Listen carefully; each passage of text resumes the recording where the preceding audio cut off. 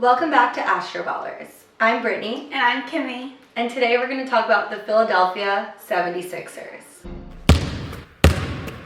Let's jump straight into it and start talking about Ben Simmons, which is really the hot topic on the team, especially this summer. Yeah, he's been the target for a lot of scrutiny and a lot of jokes being made about him not being able to make the three, his jump shot needing work, and him not even trying. And we really just want to get into astrologically why this is. I think that it is interesting that he signed this max deal. I mean, he had so much potential being Rookie of the Year, his first year, but I think that without a shot, what is he worth? We've said it before, you can watch our first video. Cancer signs are just not known to score well outside of the paint. We're crabs inherently. If you start packing on the ridicule and the guilt, there's no way that Ben Simmons is ever going to get better. There's no work ethic here, and he's embarrassed even to practice. Just see that spiraling. They just hired Roy Hibbert as the player development coach, and he's a Sagittarius. He will put the fire under Ben to start working. I'd like to believe that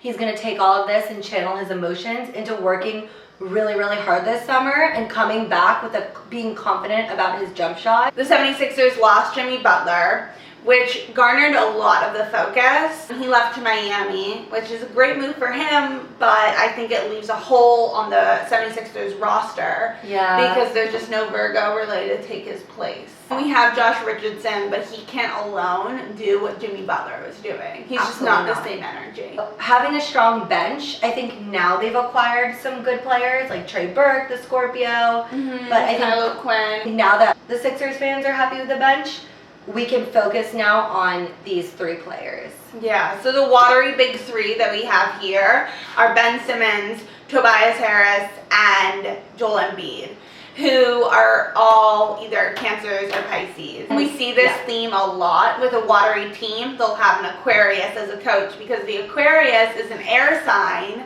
but their role is a water bear. We have Al Horford, who is a Gemini.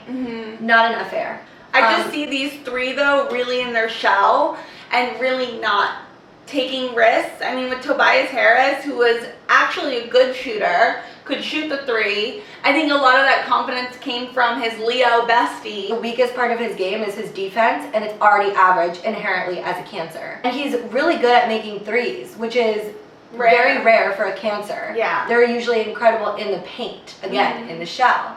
So I think if he can take the lead. I think Joel Embiid is definitely a reliable person on this team. Being a Pisces, he just fits in naturally with the other water signs, but I don't see him being a leader. We're just going to have to see how Ben and Tobias support one another. Maybe because they can mirror each other and support each other through the insecurities. But I think there's way too much pressure on Ben Simmons. Not cool for a Cancer. Way too much guilt. They finished in third in the East last year. I don't know if they're going to continue that success. I see them sticking with where they're at maybe and like finishing maybe fourth or fifth. The smartest thing that happened this summer was hiring Roy. We have a lack of fire. And as a Sagittarius, he's going to get along with this whole team. Also make them move because Ben Simmons needs fire under him. They have a great team on their hands. It's just a matter of whether these Cancers lean into their cardinal sign of leading or whether they shy away from it. It's going to be a fun, exciting season.